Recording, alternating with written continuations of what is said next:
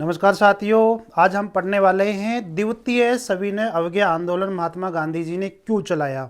साथियों, आपको पता है कि जब द्वितीय गोलमेज सम्मेलन के अंदर जब लंदन जाते हैं और वहां से खाली हाथ लौटकर आते हैं। खाली हाथ लौटकर क्यों आए? जिस सपने से जिन विचारों को मूर्त रूप देने के लिए वो लंदन जाते हैं, और अंग्रेज लोगों ने इरविन और गांधी समझौता हुआ था, गांधी इरविन समझौता हुआ था, तो उसमें एक विश्वास दिलाया गया था कि हम भारतीयों के लिए संवैधानिक सुधार करेंगे। उन संवैधानिक सुधारों के लिए कि भारतीय लोगों के लिए संवैधानिक सुधार हो सके, उनके हितों की रक्षा हो सके, इसके लिए वो दूसरे गोलमेज सम्मेलन में जाने के लिए तैयार होते हैं और वो वहां पर जाते हैं। लेकिन गोलमेज सम्मेलन में होता है क्या कि साथियों, भारत के ही कई ऐसे संगठन होते हैं, छोटे छोटे संगठन, जो अपने स्वार्थ के लिए उस गोलमेज सम्मेलन को क्या कर दिया, असफल कर दिया। और इसलिए भारत में वापस महात्मा गांधी जी जिस सपने को लेकर गोलमेज सम्मेलन में जाते हैं और निराश होकर आ जाते हैं। इस प्रकार से द्वितीय गोलमेज सम्मेलन क्या हो जाता है, असफल होता है। आपको पता है कि वहाँ डॉक्टर भीमराव अंबेडकर जी भी थे, जिनको अपन संविधान के निर्माता जननी मनु कहते हैं। उन्होंने भी, वो दलित संघ के नेता थे, दलित संघ के नेता थे, उन्होंने लीडर थे। तो उन्होंने वहाँ पर पृथक से निर्वाचन प्रणाली, दलित आरक्षण की बात रखी गई वहां पर। तो महात्मा गांधी जी ने उसका विरोध किया कि आप यार हिंदुओं में है, ये अलग से ऐसी नहीं है, अलग से दलित वर्ग कोई नहीं है, आप अपन सब क्या है, हिंदू है। तो ये बातें बाद में कर लेंगे, अभी इसकी जरूरत नहीं है। अभी हमारे देश को क्या है कि कुछ सुधार हो, संवैधानिक सुधार हो, लोगों का हित हो सके, इसलिए ये बात की गई थी कि ये बाद में कर लेंगे। अभी हम हमारी आज़ादी, जो गुलामी है, उस आज़ादी से निकलना चाह रहे हैं, अपने देश को आज़ाद करना चाहते हैं। तो ऐसा वहाँ पर विरोध होने लग गया। तो इस तरह से द्वितीय गोलमेज सम्मेलन क्या हो जाता है, असफल हो जाता है। और बाद में यह यहाँ पर आते हैं। लोगों ने पूछा कि महात्मा गांधी जी आपने क्या किया गोलमेज सम्मेलन में। तो महात्मा गांधी जी ने यह कहा कि मैं निराश होकर जरूर लौटा हूँ, लेकिन मैं अपने जो सपना था उसको वहां की नींव डाल के आया हूं। आगे बात करते हैं साथियों। जैसे ही वो भारत आते हैं तो वो यहाँ पर निराश रहते हैं। एक बार दोबारा से यहाँ पर जो वायसराय था वेलिंगटन, यहाँ पर जो वायसराय था उसका नाम था वेलिंगटन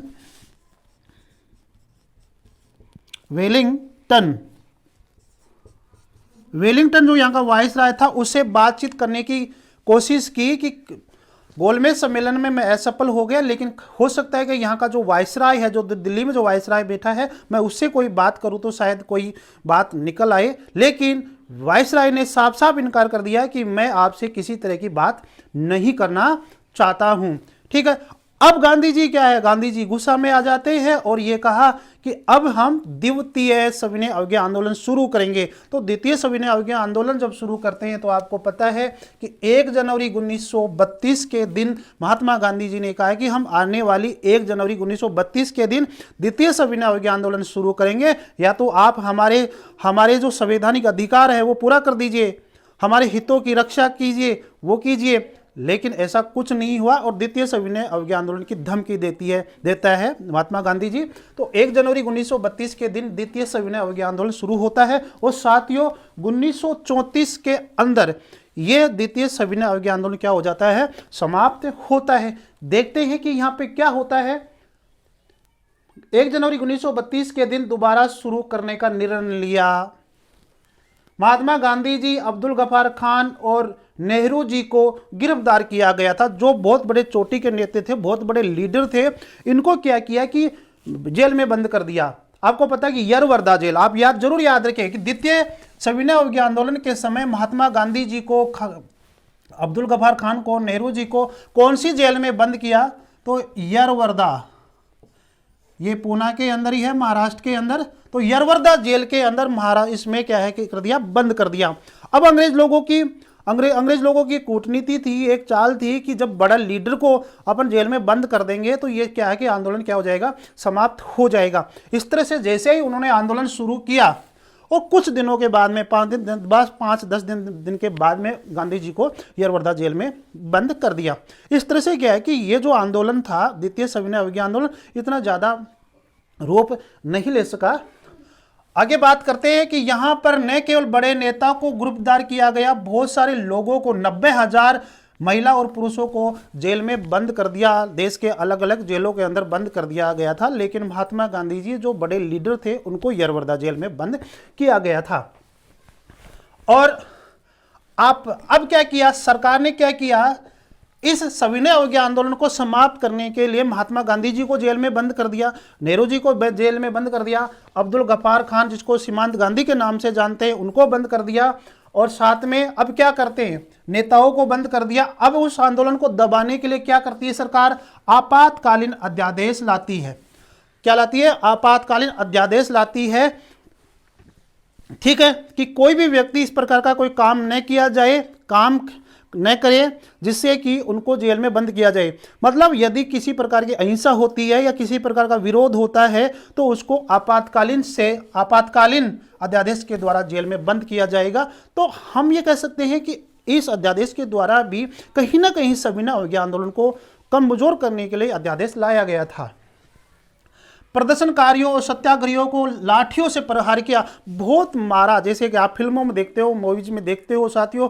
बहुत जो क्रांतिकारी थे, जो प्रदर्शनकारी थे, जो सत्याग्रही थे, उनको लाठियों से प्रहार किया इस आंदोलन को दबाने के लिए। और कर न देने वाले जो किसान थे, बेचारे कर नहीं दे पाते थे, अपनी फसलों के ऊपर कर भी लेते थे, टैक्स लेते थे, उनके जमीन को क्या कर दिया, हड़प लिया, कब्जा कर लिया, पशु को, मकान को जब्त कर लिया, सबको जब्त कर लिया।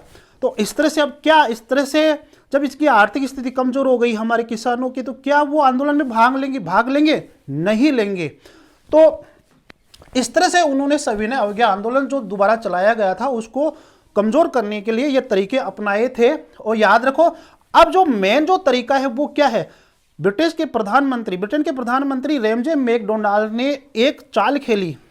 क्या, ब्रिटिश प्रधानमंत्री रेमजे मैकडोनाल्ड ने क्या कहा, सांप्रदायिक पंचायत की घोषणा कर दी। एक बहुत बड़ी चाल थी। और इस चाल का मोहरा किसको बनाया गया, आप बता सकते हैं? इस चाल को मोहरा हमारे संविधान निर्माता डॉक्टर भीमराव अंबेडकर जी को बनाया जाता है। और अंबेडकर जी को यह कहा जाता है कि आप हिंदुओं में सबसे बड़े लीडर हो यहाँ पर महात्मा गांधी जी के बाद में, और हम क्या करते हैं, दलितों को पृथक से निर्वाचन प्रणाली में छोड़ देंगे, आरक्षण देंगे। तो ये राजी हो जाते हैं। और ये बहुत बड़ी इनकी क्या थी, चाल थी। तो आगे क्या होता है कि पुनः समझौता होता है। द्वितीय सविनय अवज्ञा आंदोलन को कुचलने के लिए, दबाने के लिए सरकार ने, ब्रिटेन के लोगों ने बहुत सारी चालबाजी की, जिसके अंदर ब्रिटेन के प्रधानमंत्री स्वयं ने भी, रेमजे मैकडोनाल्ड ने भी सांप्रदायिक पंचायत कम्युनल अवार्ड की घोषणा कर दी, ताकि किसी भी तरीके से द्वितीय सविनय अवज्ञा आंदोलन क्या हो जाए, समाप्त हो जाए, ढीला हो जाए, कमज़ोर हो जाए। ठीक है, वो भी मैंने आपको बताया। अब कम्युनल अवार्ड क्या है? कम्युनल अवार्ड क्या है कि दलितों के लिए पृथक से निर्वाचन प्रणाली में भाग लेने का अधिकार दिया जा रहा है। विभिन्न प्रकार के संविधान, विभिन्न प्रकार के समुदायों के बारे में यहाँ लोगों को समझाया गया था कि जिस प्रकार से 1909 के अंदर मुस्लिम लोगों के लिए पृथक से निर्वाचन प्रणाली में, हमारी जो प्रांतीय जो सभाएं, विधानसभाएं हुआ करती थी, उनमें पृथक से निर्वाचन प्रणाली का अधिकार दिया गया। और जिस प्रकार से 1919 के भारत शासन अधिनियम के तहत सिखों और ईसाइयों के लिए पृथक से निर्वाचन प्रणाली की व्यवस्था की गई थी, उसी प्रकार से अब हम दलितों के लिए पृथक से निर्वाचन प्रणाली की व्यवस्था करेंगे। तो ये हमारा सांप्रदायिक पंचायत है, जिसको अपन कम्युनल अवार्ड कहते हैं। तो ये आरक्षण देना या नहीं देना वो एक अलग बात थी, लेकिन ये इस आरक्षण के पीछे उस सविनय अवज्ञा आंदोलन को कम करना, समाप्त करना, ये उनकी चालबाज थी। ठीक है, गांधी जी नाराज होते हैं इससे। देखते हैं थोड़ा सा।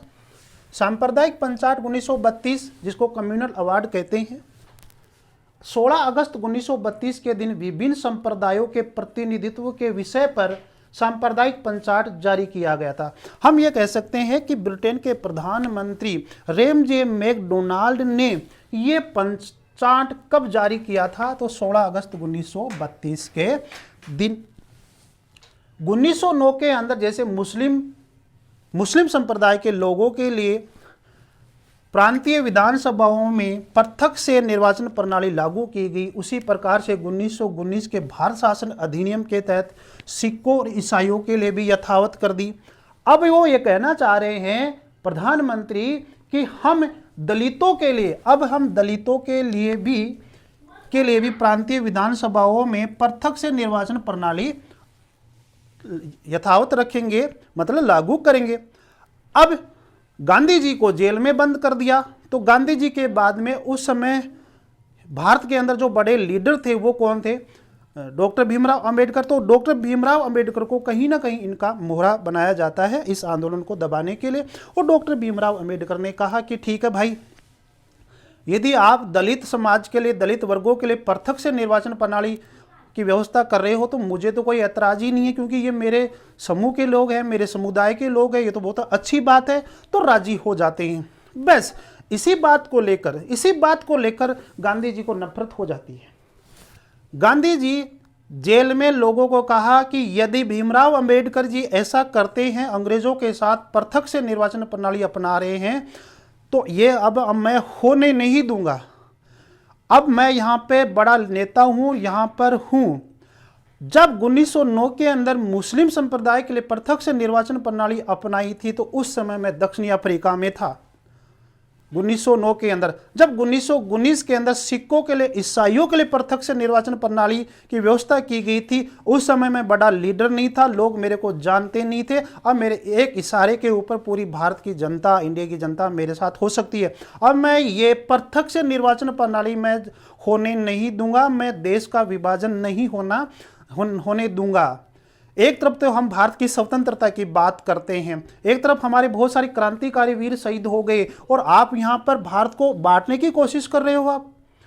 तो इसलिए गांधी जी उस समय यरवरदा जेल में थे और यरवरदा जेल में कहा था कि मैं, यदि भीमराव अंबेडकर जी इस बात पर राजी होते हैं, यदि इस कम्युनल अवार्ड को, इस सांप्रदायिक पंचायत को वो इस व्यवस्था को लागू करते हैं, इस पर स्वीकार करते हैं या इस पर साइन करते हैं, तो मैं आमरण अनशन करूंगा। तो अंबेडकर साहब जी ने यस कर दिया था और इधर से महात्मा गांधी जी की दोनों के बीच में अनबनी हो जाती है और महात्मा गांधी जी ने आमरण अनशन शुरू कर दिया था। इसलिए महात्मा गांधी जी ने यरवरदा जेल के अंदर 20 सितंबर 1932 के दिन आमरण अनशन शुरू कर दिया था। भूख हड़ताल की थी। या तो समझ गए आप? अब क्या होता है, जब आमरण अनशन शुरू किया और महात्मा गांधी जी की तबीयत बिगड़ने लगी तो रविंद्रनाथ टैगोर जी ने क्या कहते हैं महात्मा गांधी जी के संदर्भ में, क्योंकि बलिदान हो रहे हैं ना, त्याग की भावना है महात्मा गांधी जी के बारे में। तो महात्मा गांधी जी के बारे में क्या कहते हैं रविंद्रनाथ टैगोर कि भारत की एकता और उसकी सामाजिक अखंडता के लिए यह एक उत्कृष्ट बलिदान है। महात्मा गांधी जी के लिए बोल रहे हैं। आमरण अनशन शुरू किया था इसलिए हमारे व्यथित हृदय आपकी महान तपस्या का आदर और प्रेम के साथ अनुसरण करेंगे। तो साथियों, ये है द्वितीय सविनय अवज्ञा आंदोलन को दबाने के लिए सरकार ने, ब्रिटेन के लोगों ने क्या क्या किया वो आपके सामने है। मतलब हिंदुओं को भी तोड़ने की बात कही थी सांप्रदायिक पंचायत के द्वारा। सांप्रदायिक पंचायत के विरोध में जब डॉक्टर भीमराव अंबेडकर सांप्रदायिक पंचायत को दलितों के ऊपर लागू करने की बात कही थी, हस्ताक्षर किया था, साइन किया था, उस समय गांधी जी नाराज हो जाते हैं और यरवरदा जेल में आमरण अनशन शुरू कर देते हैं। अब अंग्रेजों ने सोचा कि ये महात्मा गांधी जी एक लीडर को अपने पक्ष में ले लिया, दूसरा लीडर जेल में है, तो जेल में जो बंद व्यक्ति अगर आमरण अनशन शुरू कर रहा है तो लोग उसकी बात को मानेंगे। अब यहां पर वायसराय दोबारा से चाल खेलता है और जो वायसराय था वो था वेलिंगटन। जो वायसराय था उसने क्या किया, एक चाल खेली कि हमारी हर चाल नाकाम हो रही है, अब असफल हो रही है, तो अब मैं क्या करूं कि हम समझौता करवाते हैं किसके बीच में कि सांप्रदायिक पंचायत रहना चाहिए, एक नया रहना चाहिए, यानी कि वो सविनय अवज्ञा आंदोलन को स्थगित हो जाए, ये उनकी महत्वपूर्ण चाल थी। तो होता क्या है कि साथियों, वहां से जेल में से महात्मा गांधी जी को बुलाया जाता है और अंबेडकर जी को बुलाया जाता है, दोनों के बीच में समझौता होता है। लेकिन समझौता करने के लिए जो वायसराय था वेलिंगटन, उसने किस किस व्यक्ति को यरवदा जेल में भेजा, महात्मा गांधी जी को बुलाया वहां से। तो साथियों ये याद रखना, समझौता के लिए वेलिंगटन ने इन लोगों को भेजा था: मदन मोहन मालवीय, डॉक्टर राजेंद्र प्रसाद, पुरुषोत्तम दास और श्री राजा गोपालाचार्य। 1 2 3 4 ये जो 4 व्यक्तियों को यरवदा जेल में भेजा, यरवदा जेल में भेजा और महात्मा गांधी जी से कहा गया कि आप सांप्रदायिक पंचायत के विषय में डॉक्टर भीमराव अंबेडकर जी से समझौता कर लीजिए कि पृथक से दलितों के लिए निर्वाचन प्रणाली व्यवस्था लागू करनी है, नहीं करनी है।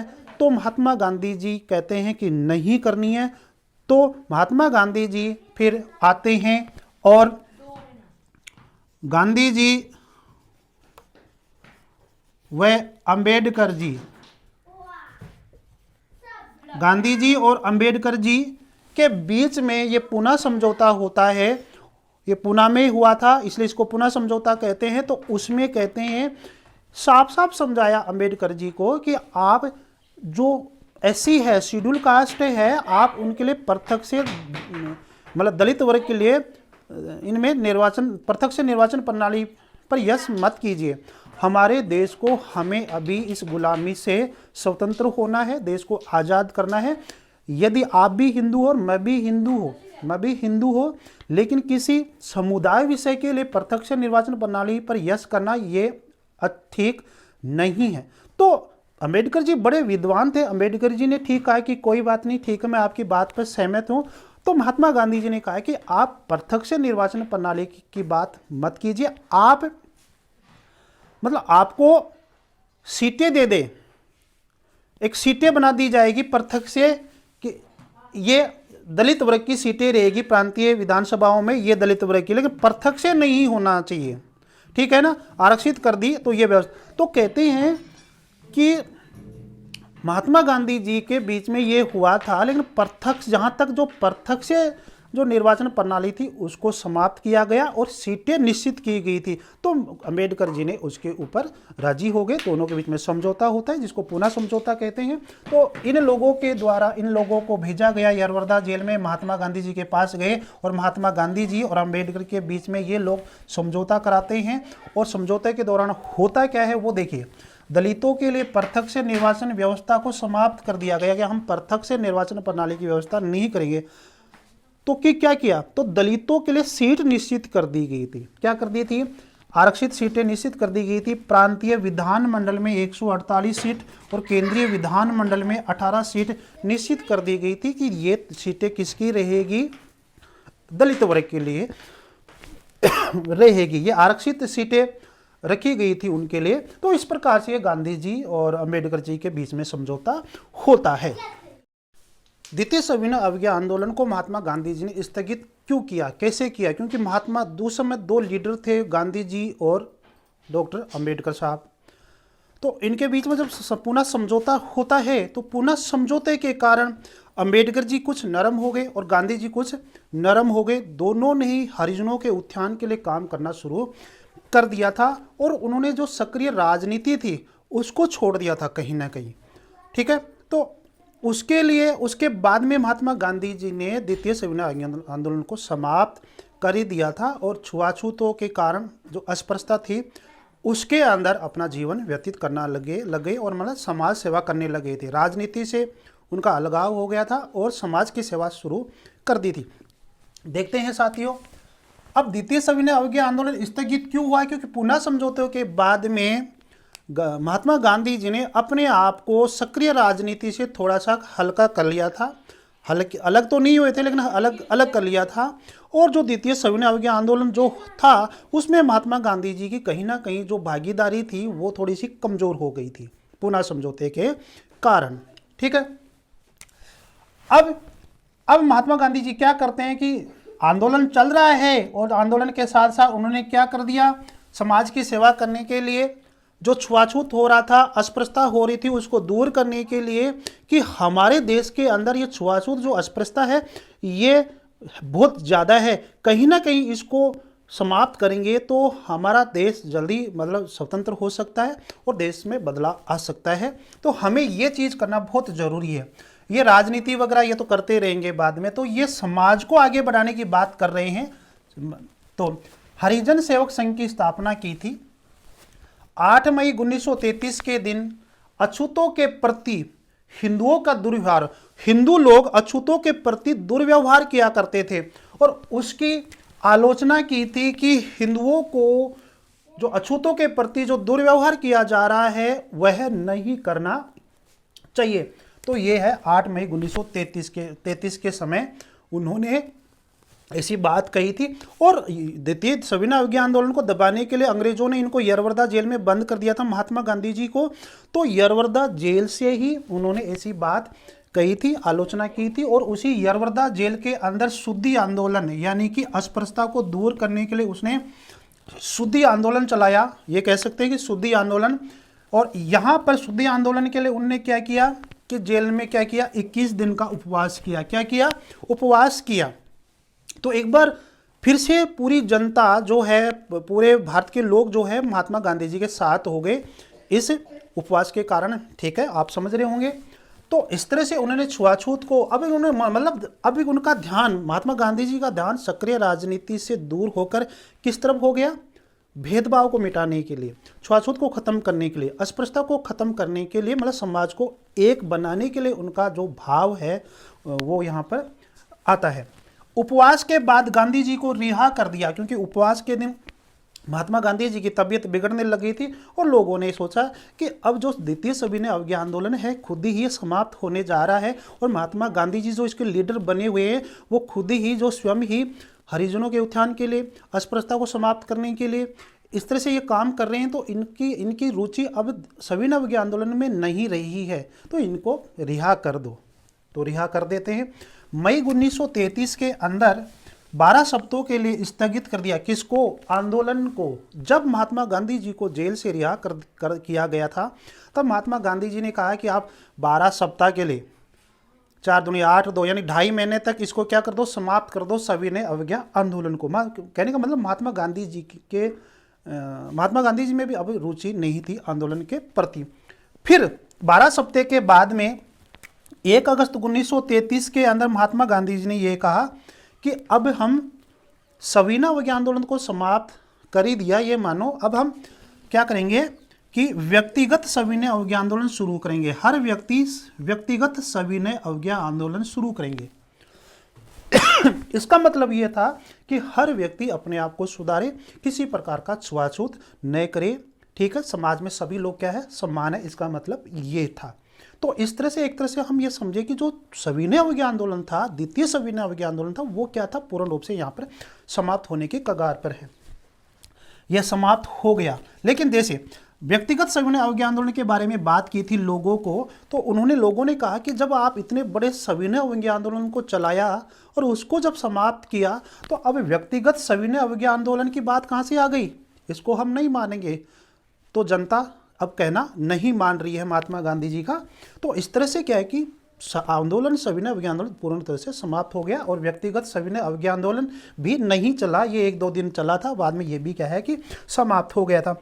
अब हम बात करते हैं कि कुछ लोग जैसे 1933 के अंदर विठल भाई पटेल और सुभाष चंद्र बोस ने 1933 के अंदर विठल भाई पटेल, सुभाष चंद्र बोस ने साफ साफ कह दिया था महात्मा गांधी जी को कि महात्मा गांधी जी आपको हम तो बहुत महान मानते हैं और देश के लिए आप देश को आगे बढ़ाने के लिए, इस आज़ादी दिलाने के लिए आप सक्रिय राजनीति में आए थे और अब आप सक्रिय राजनीति से दूर होते जा रहे हो।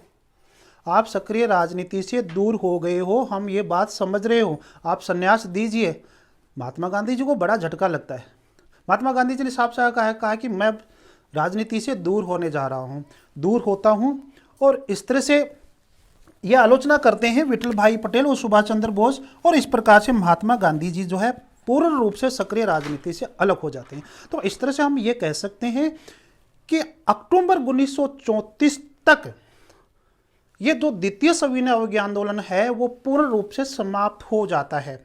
ठीक है, तो ये इस तरह से ये आंदोलन समाप्त हुआ था, द्वितीय सविनय अवज्ञा आंदोलन। तो नमस्कार साथियों, जहां रहिए मस्त रहिए, चैनल को सब्सक्राइब जरूर कीजिए।